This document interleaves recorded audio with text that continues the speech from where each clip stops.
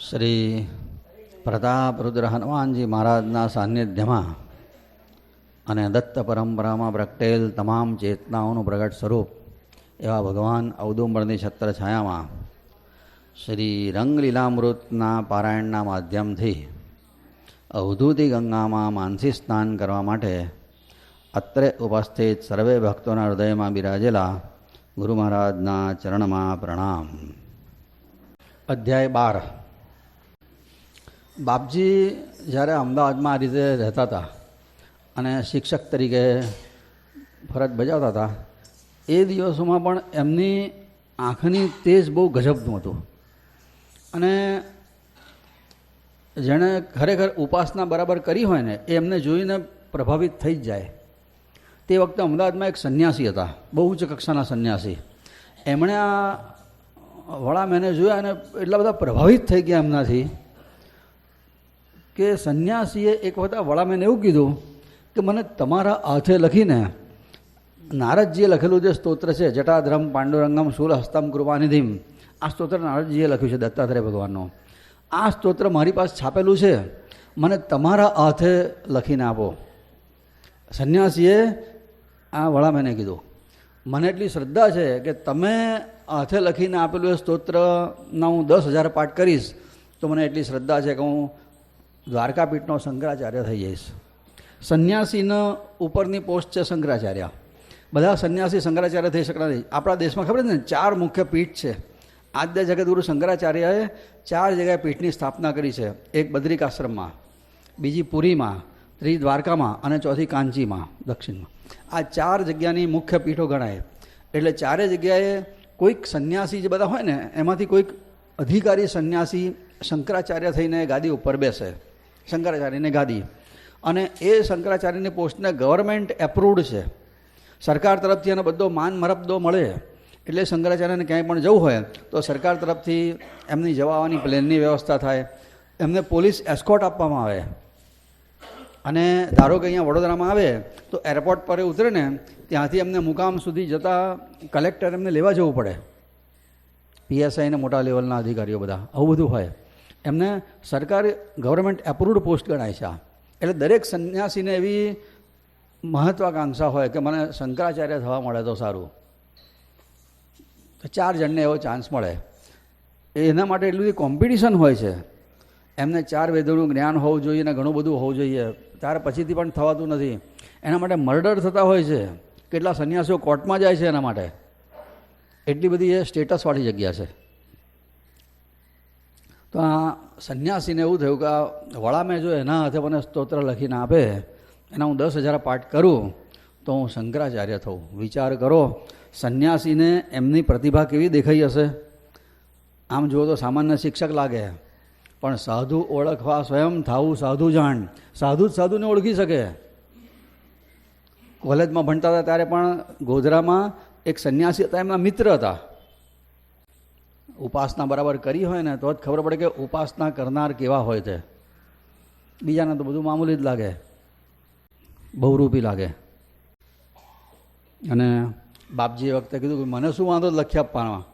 બાપજીએ સ્તોત્ર એમને લખીને આપ્યું. નારદજીએ લખ્યું છે આ સ્તોત્ર, જટાધરમ પાંડુરંગમ. અને એ સ્તોત્ર સામે રાખીને એ શંકરાચાર્યે 10,000 પાઠ કર્યા સંન્યાસીએ. અને ખરેખર એ દ્વારકાપીઠના શંકરાચાર્ય તરીકે સિલેક્શન થઈ ગયું એમનું અને શંકરાચાર્ય થયા. વિચાર કરો, બાપજીના હસ્તાક્ષરની શું તાકાત છે. અને એ જમાનાની આ તો જ્યારે શિક્ષક તરીકે હતા અમદાવાદમાં ત્યારની વાત. આજે આપણી પાસે એમના હસ્તલિખિત ગ્રંથ પણ છે બધાની પાસે. એમના હાથે લખેલી દત્તબાવની પણ છે. તો તમે દત્તબાવની કરતી વખતે એ સામે રાખીને કરો. એમનો અક્ષરદેહ કહેવાય. એ અક્ષરદેહ જે છે, અક્ષર સ્વરૂપ, એને સામે રાખીને તમે પાઠ કરો તો એની અસર વધારે ચોક્કસ થાય. અને એવી રીતના એ શંકરાચાર્ય થયા હતા. એમનું નામ પડેલું ચંદ્રશેખરાશ્રમ. દ્વારકાપીઠના શંકરાચાર્ય, ચંદ્રશેખરાશ્રમ, આવું નામ પડેલું. અને એ અરસામાં અમદાવાદમાં રહીને પણ એમને એવી ઈચ્છા હતી કે મારે કોઈ એકાંત સ્થળમાં બેસીને હવે ઉપાસના કરવી છે. એકાંત સ્થાનની શોધ માટે એ સાહસ પ્રવાસનું આયોજન કરે મિત્રો સાથે, કે કોઈક અલગ અલગ જગ્યાએ જવાનું, જ્યાં કશે કોઈ ક્યારેય ગયા ના હોય ને એવી જગ્યાએ જવાનું. સાહસ પ્રવાસનો અર્થ શું? આપણે જાણતા હોય ને ત્યાં જઈ આવીએ ને એ બધું ઠીક છે, પણ અજાણી જગ્યાએ જવાનું, જ્યાં પ્રકૃતિ સોળે કળાએ ખીલેલી હોય, મેન મેડ જગ્યા હોય નહીં. અજાણી જગ્યા એટલે બધા દિલ્હી જઈએ ને મુંબઈ જઈએ ને કલકત્તા જઈએ ફરવા જઈએ, બધું તો બેકાર, ત્યાં કશું જ હાથમાં ના આવે. પણ પ્રકૃતિના સાનિધ્યમાં કોઈ સ્થાન હોય એવી જગ્યાએ જવાનું. તે બાપજી સાહસ પ્રવાસનું આવી રીતના આયોજન કરતા હતા મિત્રો સાથે. એકવાર એ લોકો ફરતા ફરતા ઉત્કંઠેશ્વર ગયા હતા. કેદારેશ્વર મહાદેવનું મંદિર છે ત્યાં. ઉત્કંઠેશ્વર બધા ગયા હશે કોઈક. વાત્રક નદીના કિનારે છે આ જગ્યા. ત્યાં છે ને એવું છે કે વનરાજી ચારે બાજુએ પુષ્કળ ખીલેલી છે, નદી છે, નદી કિનારાની આ જગ્યા. અને એમાં એવું છે કે એક ઊંચી ટેકરી ઉપરથી પાણી વહેતું વહેતું આવે છે. કેદારનાથ મહાદેવને અભિષેક કરીને પાછું નદીમાં મળી જાય છે. આવું એક મહાદેવનું મંદિર છે. ત્યાં એક ધર્મશાળા છે પગથિયા ચડતા. એ સિવાય ચારે બાજુએ સુમસાન જંગલ, બીજું કશું જ નહીં એ જમાનામાં. એવી રળિયામણી જગ્યા છે. તે આ વડામે અને બીજા એમના મિત્રો સાથે ત્યાં ગયા હતા પ્રવાસમાં. ગામ ત્યાંથી ખાસું દૂર નદીથી, પણ ગામમાંથી એ લોકો પસાર થતા ત્યારે ગામના લોકોએ કીધું કે જુઓ નદીએ જવું હોય તો જાઓ, પણ નહીંને વહેલી તકે અંધારું થતાં પહેલાં ગામમાં પાછા આવી જજો, કારણ કે ત્યાં વાઘ, સિંહ ને જંગલી જાનવરો ત્યાં પાણી પીવા આવે છે અને રાત્રે કોઈ ત્યાં રહેવાની હિંમત કરતું નથી. એક ધર્મશાળા છે કાચી પાકી, તૂટલી ફૂટલી. એટલે વડા અમે બધા મિત્રો પછી ત્યાં નદીએ ગયા.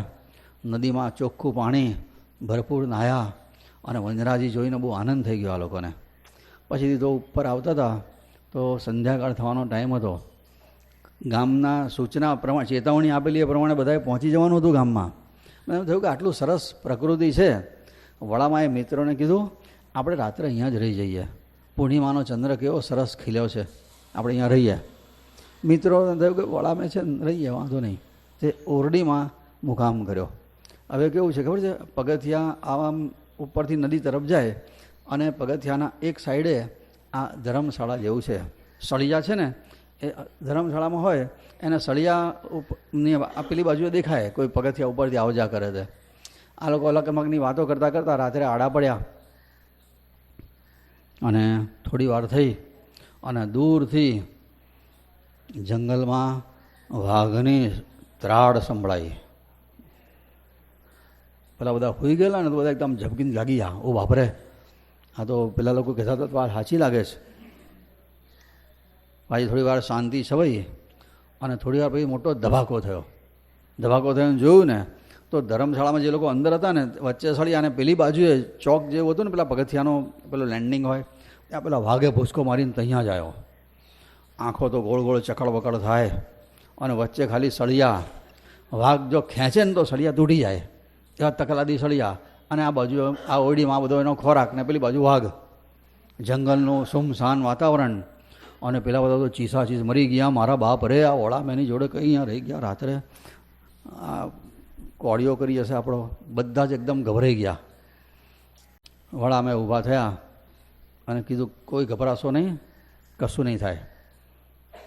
4 ફૂટ દૂર મહત હતું વાઘ એટલે. અને એ વખતે વડા અમે ઊભા થયા, દંડ પોતાનો રાખતા હતા એ હાથમાં લીધો અને બાયણું ખોલીને બહાર જવા તૈયાર થયા. પેલા મિત્રો કહો ભાઈ આ તું શું કરે છે, આ બંધ છે તો કંઈક તો બચવાની આશા છે, આ તું ખોલીને બહાર કઈ જાય છે, પેલો અંદર આવશે. ચૂપ રહો, બસ ઈશારો ખાલી કર્યો અને પેલા વડામે બહાર ગયા. વાઘ તો ત્યાં આમ બેઠો બેઠો આમ જોયા કરે આ લોકોની તરફ. હા કે એને કલ્પના જ નહોતી કરી કે આટલા બધા એક સાથે ભોજન એને કે હાથે મળે પેટ ભરીને. જોતો તો આમ. અને વખતે બાપજીએ પોતાનો દંડ હાથમાં લીધો અને ફરસ ઉપર જોરથી પછાડતી વખતે ગુરુદેવ દત્ત, ગુરુદેવ દત્ત, ગુરુદેવ જ્યાં 3 વખત બોલીને દંડ જમીન ઉપર પછાડ્યો. વાઘની આંખમાં આંખ મેળવીને જોયું, કોણ જાણે શું થયું. વાઘ પાછો ફર્યો, કૂદકો મારી સીધો જંગલમાં જતો રહ્યો. પછી વડામાં અંદર ગયા ત્યારે પેલા બધાના જીવમાં જીવ આવ્યો. પણ વિચાર કરો, આવો વાઘ બહાર ઊભો હોય ને આવી રીતના જવાની કોઈની હિંમત થાય? પણ આ આટલી બધી નિર્ભયતા એમનામાં હતી, નિડરતા કહેવાય આને. આ ક્યાંથી આવતી આ શક્તિ? ઉપાસના. એમને ખબર હતી કે ભગવાન મારી જોડે છે, મને કંઈ વાળવાંકો ના થાય. આવી હિંમત હતી એમના. ઊભી પૂછડીએ ભાગી ગયો. પણ આ ઉપાસનાનું ફળ છે આ બધું. આપણાથી આટલી બધી નિર્ભયતા કેળવવી બહુ અઘરી છે. આપણે તો ઉંદર નીકળે ને તોય બધા બી જાય ઘરમાં. ઉંદર આવે કે ગરોળી આવે કે વંદા નીકળે તો વાહ આવ્યો, નીકળ્યું. કાન ખજૂરા નીકળે તો ગભરામણ થાય. અને આ વાઘની સામે જઈને ઊભા રહ્યા હતા. પછીથી આવા એમને કે એ બહાને કોઈક એકાંત જગ્યા શોધવી છે બસ ઉપાસના કરવા માટે. આપણે પ્રવાસમાં તો જઈએ છીએ પણ આપણા હેતુ શું હોય છે? ખાઈ પીને ફરવાના, બીજો કોઈ હેતુ નથી. કહેવાય અંબાજી દર્શન કરવા ગયા પણ દર્શન 5 મિનિટ કરવાના, બાકી બધું પછી ખાવા પીવામાં અને ફરવામાં. જ્યારે આમનો હેતુ ઉપાસના માટે હતો. એકવાર તો એ રીતના એ આબુ અંબાજીના પ્રવાસે પણ ગયા હતા. આમાં વર્ણન નથી પણ બીજા ઠેકાણે વર્ણન છે એનું. તો આબુ રોડથી ઉપર આબુ ચાલીને ગયા હતા એ વખતે. એમની સાથે મોદી કાકા હતા, 2 જણા. પૈસા નહોતા એવું નહીં, પણ જે મજા પ્રકૃતિને માણવી હોય ને એને આવું જ જોઈએ. આપણે તો વાહનમાં બેન મંદિર પાસે જ સીધું વાહન જાય તે એવી રીતના જ જવાનું. એ તો સારું છે મંદિરની અંદર નહીં લઈ જઈએ વાહનને, નહીં તો આપણે અંદર હવું લઈ જઈએ વાહનને. ભગવાનની સામે જ ઊભા થઈ જઈએ વાહન હાથે. બહારીમાંથી બેઠા બેઠા જય મહાદેવ કરીને આગળ ચાલવા માંડીએ. પણ જે પ્રકૃતિનું જેને આકર્ષણ નથી ને એ બહુ કમનસીબ માણસ કહેવાય ખરેખર. એક વખત બાપજીને એક પ્રશ્ન પૂછવામાં આવેલો કે શાંતિ કાયમ માટે જોઈતી હોય તો કેવી રીતે મળે? અશાંતિનું કારણ શું છે? તારે બાપજીએ કીધેલું કે માણસ પ્રકૃતિથી દૂર ભાગે છે, આ એની અશાંતિનું કારણ છે. પ્રકૃતિનો જેટલી નજીક રહે એટલી માણસની સમસ્યાઓ ઓછી થાય. આપણે યાદ કરો, આપણામાંથી દરેક જણ છેલ્લા ક્યારે એવી જગ્યાએ ગયા હતા કે જ્યાં માણસે બનાવેલું કશું ના હોય? ઘરમાં તો બધું માણસે બનાવેલા ઘરમાં રહીએ છીએ. માણસે બનાવેલું કશું જ ના હોય એવી જગ્યાએ કંઈક ગયા હતા? વર્ષ, 2 વર્ષ, 5 વર્ષ, 25 વર્ષ પહેલાં. અશાંતિનું કારણ એ છે પ્રકૃતિથી દૂર ભાગીએ છે. બાપજી એટલે ભજન લખવું પડ્યું. વાંચ વાંચ વિશ્વગ્રંથ વાંચવા જો ચાહના, વાંચવું ન અન રહે મીટે સમૂળ વાંચના. પ્રકૃતિને વાંચતા આવડવી જોઈએ. બહુ ઉત્તમ ગ્રંથો છે પ્રકૃતિ એટલે. ભગવાને બનાવેલું બહુ અદ્ભુત નજારો છે, પણ માણસોને ગમતું જ નથી. નદી કિનારે હોઉં, નદીને જોવાની કે પ્રકૃતિને જોવાના બદલે બીજું જ બધું પેલી ઝૂંપડીઓમાં ચા થઈ ગઈ કે ભજીયા થઈ ગયા એની તરફ જ નજર હોય. નાહે તે હું આ બાજુ નજર રાખીને નાહે. અલા હામે જોતો ખરો બાપા, આટલું સરસ ભગવાને નંદન સમતી રે સ્વાદુ સુધાની રે દર્શિત ભવ પર તીરે દમિતાંતક સારે સકલ ક્ષેમાધારે વૃત્પારાવારે રક્ષાસ્માન અતિ ઘોરે મગ્નાન સંસારે. આવું સુંદર સ્વામી મહારાજને નંદનવન દેખાયું નર્મદા કિનારે, અને આપણને ચાની દુકાનો દેખાય, ભજીયાની દુકાનો. આવી દુર્દશા છે. આબુ રોડથી એ બાપજીને મોદી કાકા છે ને ચાલીને ઉપર જતા હતા. પૈસા નહોતા એવું નહીં, પણ પ્રકૃતિનો આનંદ લેવા માટે. તો રસ્તામાં તમે પર્વત ઉપર જાઓ તો જોજો રસ્તામાં સાપોલિયા જેવા હોય, આમ વળાંકવાળા હોય એકદમ. તો એક ઠેકાણે મોદીએ એવું કીધું કે આપણે સામે જ જવાનું છે, તો આમ જઈશું તો બહુ લાંબુ ચક્કર થાય, આપણે નીચે ઉતરીને પાછા ઉપર ચડી જઈશું. બાપજી કે સારું. અને બંને જણા ખીણમાં ઉતર્યા, ઉતરતા જ જાય, તળિયું આવે જ નહીં. જેમ તેમ કરીને માંડ તળિયું આવ્યું, પછી ત્યાંથી સામેથી ઉપર ચડવા માંડ્યા. થોડુંક ચડ્યા ને ત્યાં તો મોદીના પગે કશું ખતરનાક કરડ્યું અને મોદીએ ચીસ પાડી મરી ગયો. એકદમ બેહી પડવું પડ્યું મોદીને. શું કર્યું તે ખબર ના પડી, બધી ઘાસ ફૂસ હશે એટલે. અને એ વખતે થોડી વાર જોયું તો પગ તો થાંભલા જેવો થઈ ગયો, પારાવાર વેદના થાય. એ વખતે બાપજીએ કોતરમાં ત્યાં બધે ફર્યા અને કંઈક વનસ્પતિ લઈ શોધી લાયા, એને પથ્થર વડે છોદી નાખી, એની લુદ્દી બનાવીને એમના ઘા ઉપર લગાડી દીધી. એટલે કંઈક રાહત થોડી થઈ, પણ ચલાયું તો જરાય નહોતું. ચડવાનું ઉપર તાર તો રોડ આવે, અને આજના જમાનામાં જેવું નહીં કે રસ્તામાંથી કશું વાહન મળી જાય. હવે નીકળ્યા એટલે પગે ચાલીને જ ચડવાનું હતું. એ વખતે બાપજીએ મોદીને કીધું, મોદી તારો એક હાથ મારા ખભા પર મૂક અને એક પગે તું ચાલ, તારું વજન બધું મારા ખભા પર આવશે. અને એ રીતે મોદીનું બધું વજન બાપજીના ખભા પર, અને એ રીતે ખીણમાંથી બહાર ઉપર ચડ્યા અને ચડતા ચડતા શેક ઉપર સુધી ગયા હતા. કેટલી તાકાત હશે, શારીરિક શક્તિ. પણ નાનપણમાં છે ને એ દંડ બેઠક કરતા હતા તારે આ શક્તિ હતી. આજના છોકરાથી પાણી ભરેલી ડોલ નથી ઊંચકાતી. આ માય કાંગલા થઈ ગયા સ્કૂટરો ચલાવીને. મોદીનું વજન ઊંચકીને ખીણમાંથી ઉપર ચડાયેલા એ વખતે એમને. પછી છેક ઉપર સુધી ગયા હતા. પછી એકવાર નાતાલના દિવસો આવ્યા ત્યારે એ વખતે એમણે નર્મદા કિનારે પ્રવાસમાં જઈએ આવું નક્કી કર્યું. સાથે મિત્રો હતા. નર્મદા કિનારે અલગ અલગ જગ્યાએ ફરતા ફરતા એ લોકો ગરુડેશ્વરની સામે ઇન્દ્રવર્ણા મહાદેવનું મંદિર છે ત્યાં આવ્યા. આ બાજુ ઇન્દ્રવર્ણાના સામેના કિનારે ગરુડેશ્વર. ત્યાંથી પોતાના ગુરુ મહારાજના સમાધિ સ્થાનના દર્શન અને પછી રાત્રે ત્યાં જ મહાદેવના આગળના ભાગમાં શયન કર્યું. બરાબર સવારનો છેલ્લો પ્રહર ચાલતો હશે, બ્રહ્મ મુહૂર્ત થવાની તૈયારી હતી ને ઊંઘ પૂરી થવાની થોડીક વાર હતી. એ વખતે બ્રહ્મ મુહૂર્તમાં બાપજીને સ્વપ્નમાં સ્વામી મહારાજના દર્શન થયા. હાથમાં દંડ કમંડળ છે, કેડ ઉપર વાઘાંબર છે, ભસ્માંકિત શરીર છે. અને એ વખતે એમણે આ બાપજીને આજ્ઞા કરી તમે દત્ત પુરાણના 108 પારાયણ કરો, આટલું કીધું. અને સાથે સાથે એક મંત્ર આપ્યો કે આ મંત્રના જપ કરવાના બાકીના ટાઈમમાં અને 108 પારાયણ કરો. પારાયણની પહેલી આજ્ઞા આ રીતે સ્વામી મહારાજે બાપજીને કરી. જાગી ગયા. પણ દત્ત પુરાણ શબ્દ પહેલી વાર જીવનમાં એમણે સાંભળ્યો સ્વપ્નમાં. પછી તો અમદાવાદમાં આવ્યા પાછા, ફરી પાછા પોતાના રોજિંદા કામમાં પરવરાઈ ગયા. પણ કોઈ પણ વિદ્વાન મળે, કોઈ સંન્યાસી મળે, કોઈ સાધક મળે, કોઈ ઉપાસક મળે, એને પૂછે ભાઈ તમે દત્ત પુરાણ જાણો છો? ભાઈ આ દત્ત પુરાણ તો પહેલી વાર સાંભળીએ છીએ ભાઈ. દત્ત શબ્દ જે વખતે ગુજરાતમાં નવો હતો, દત્ત શબ્દ જ કોઈ જાણે નહીં. તો દત્ત પુરાણ તો ક્યાંથી જાણે? વ્યાસજીએ 18 પુરાણ લખ્યા, એમાં દત્ત પુરાણ નથી લખ્યું. એટલે દત્ત પુરાણ વ્યાસજીએ લખ્યું નથી એટલે કોઈ જાણે પણ નહીં. તમે આ 9લું પુરાણ કઈથી લઈ આવ્યા વળી કહે છે કે. બાપજી વિચાર કરે મારા ગુરુ મહારાજનું વચન કંઈ મિથ્યા તો થાય નહીં. ગુરુ મહારાજે કીધું છે એટલે ચોક્કસ દત્ત પુરાણ હશે અને મળવું તો જોઈએ. આ વિચારો કરે, બધાને પૂછે, પણ કોઈ જગ્યાએથી છે કે નહીં એનોય જવાબ મળતો નહોતો. અસ્તિત્વમાં છે કે નહીં તે. પણ પછી એમણે એકવાર એવો વિચાર કર્યો કે જઈ નહીં, જેમણે આજ્ઞા કરી છે ને જેની વ્યવસ્થા કરશે, મારે શું કામ ચિંતા કરવાની જરૂર. આટલો વિચાર કરીને હળવા ફૂલ થઈ ગયા. એ અરસામાં એમના મિત્ર રતનલાલ મહાત્મા, રતનલાલ ત્રિપાઠી, સરખેજના એમના મિત્ર, એ સરખેજમાં રહે અને બાપજી અમદાવાદમાં. તો એ વખતે એ રતનલાલનો છોકરો હતો રવિયો એનું નામ, એનું બીજું નામ પ્રબોધ બી હતું.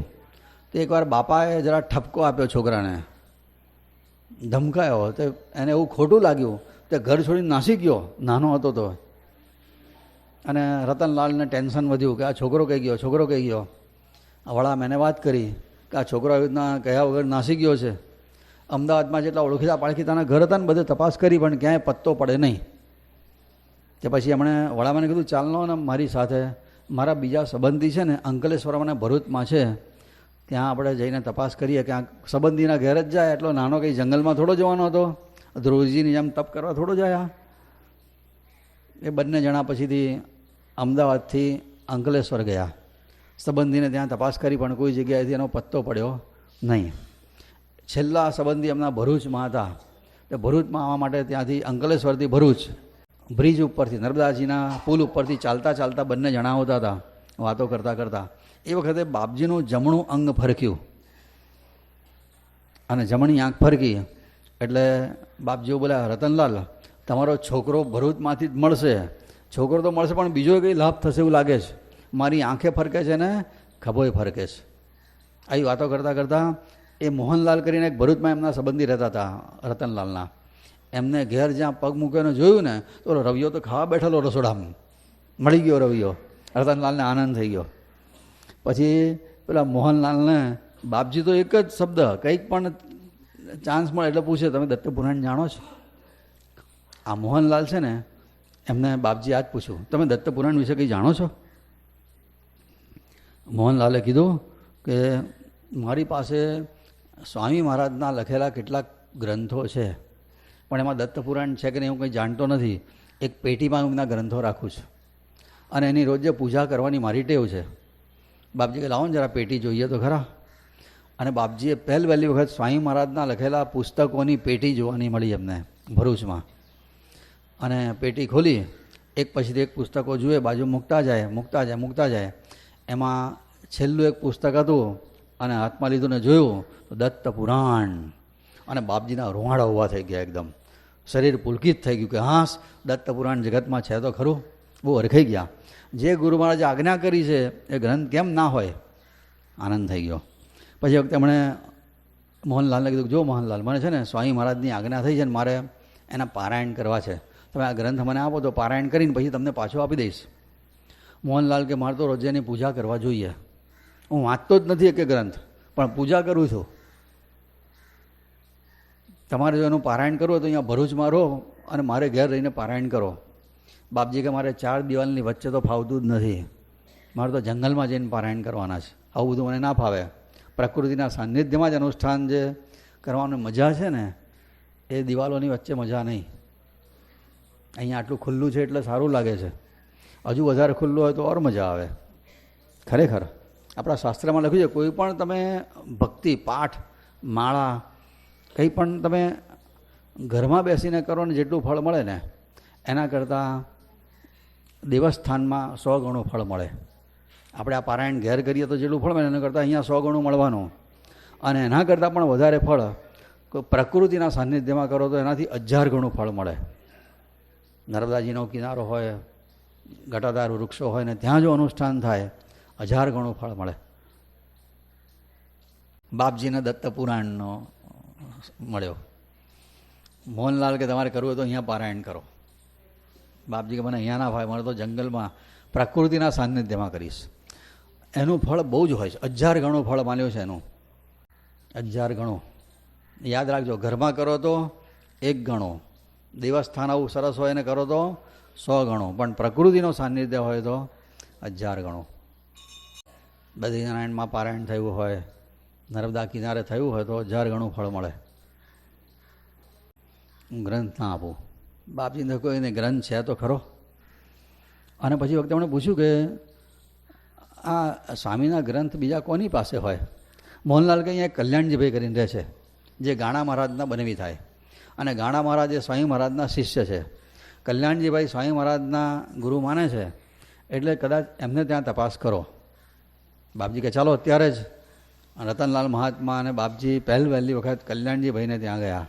જઈને વાત કરી કે ગુરુ મહારાજે સ્વપ્ન આદેશ કર્યો છે દત્ત પુરાણના પારાયણ કરવાનો, તમારી પાસે ગ્રંથ છે? કલ્યાણજીભાઈ કે મારી પાસે સ્વામી મહારાજના ગ્રંથો છે પણ પેટીમાં રાખું છું. એ જમાનામાં આવું વાંચતા તો કોઈ હતા નહીં, બધા મૂકી જ રાખે અને પૂજા કરે. આપણે ભાગ્યશાળી છે કે ગ્રંથના પારાયણો કરતા થયા બાપજીની કૃપાથી. એમણે ગુજરાતીમાં લખ્યું એટલે, જો એમણે સંસ્કૃતમાં લખ્યું તો આપણે હું પૂજા જ કરત, બીજું કશું જ નહીં. એની અંદરનો ખજાનો અંદર જ રહી જાત. કલ્યાણજીભાઈએ પેટી લાવી આપી અને બાપજીએ પછી એક ગ્રંથ જોતા જાય અને એમાંથી પણ નીકળ્યું દત્ત પુરાણ.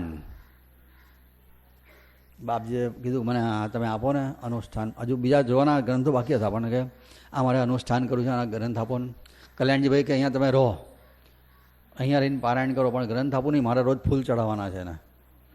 પેલાને અનુષ્ઠાન કરવાના ફૂલ ચડાવવાનું કયું મહત્ત્વનું, પણ નહીં મળે બસ. સારું કહે. પછી બીજા બધા ગ્રંથો હજુ બાકી હતા જોવાના. જોતા જાય બીજું દત્ત પુરાણ નીકળ્યું અને બાપજી પુલકિત થઈ ગયા. કલ્યાણજીભાઈ આ બીજું દત્ત પુરાણ નીકળ્યું. કલ્યાણજીભાઈ કે મોડા મેં આ બીજું દત્ત પુરાણ ભગવાને તમારા માટે જ રાખ્યું છે. મારી પાસે 2 છે, તમે એક લઈ જાઓ, એકની હું પૂજા કરી શકું, તમે પારાયણ કરજો. અને બાપજીને આ રીતે ભરૂચમાંથી દત્ત પુરાણની પ્રાપ્તિ થઈ. બહુ રખાઈ ગયા. અને પછીથી એ ત્યાંથી નારેશ્વરભાઈને પારાયણ કરે છે. બધી વાત પછી આવશે. વિચાર કરો, એક પારાયણ કરવા માટેનો ગ્રંથ મેળવવા માટે બાપજીને કેટલી તપશ્ચર્યા કરવી પડી છે.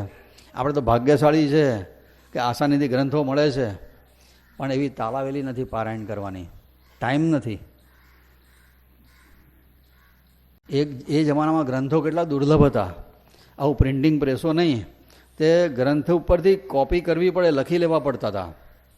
આવી દશા હતી એ જમાનામાં. સ્વામી મહારાજના દાદા લોકોને કોપી કરી આપતા હતા હાથે લખીને, અને લખવાના પૈસા મળે એમને. આવું હતું. અત્યારે તો કેટલા સામાન્ય કિંમતે કેટલા અમૂલ્ય ગ્રંથો આપણને મળે છે. કલ્યાણજીભાઈએ કીધું, જુઓ જુઓ સદગુરુ કૃપા ઉતરી તમ પર આજ, દત્ત પુરાણની 2 પ્રતો નીકળી છે તમ કાજ. બાપજીની આંખમાં આંસુ આવી ગયા, ગ્રંથને છાતી સાથે ચાંપ્યો અને સ્વામી મહારાજને યાદ કરીને પ્રાર્થના કરી, તમે કેટલી કાળજી રાખો છો, મને અનુષ્ઠાન કરવા માટેની આજ્ઞા પણ કરી અને ગ્રંથ પણ તમે મને આપ્યો. અને પછી હવે અનુષ્ઠાન માટેના સાત્વિક સ્થાનની શોધમાં પોતે જે પ્રયત્નો કરે છે તે પછીના અધ્યાયમાં આવશે. અવધૂત ચિંતન શ્રી ગુરુદેવ દત્ત.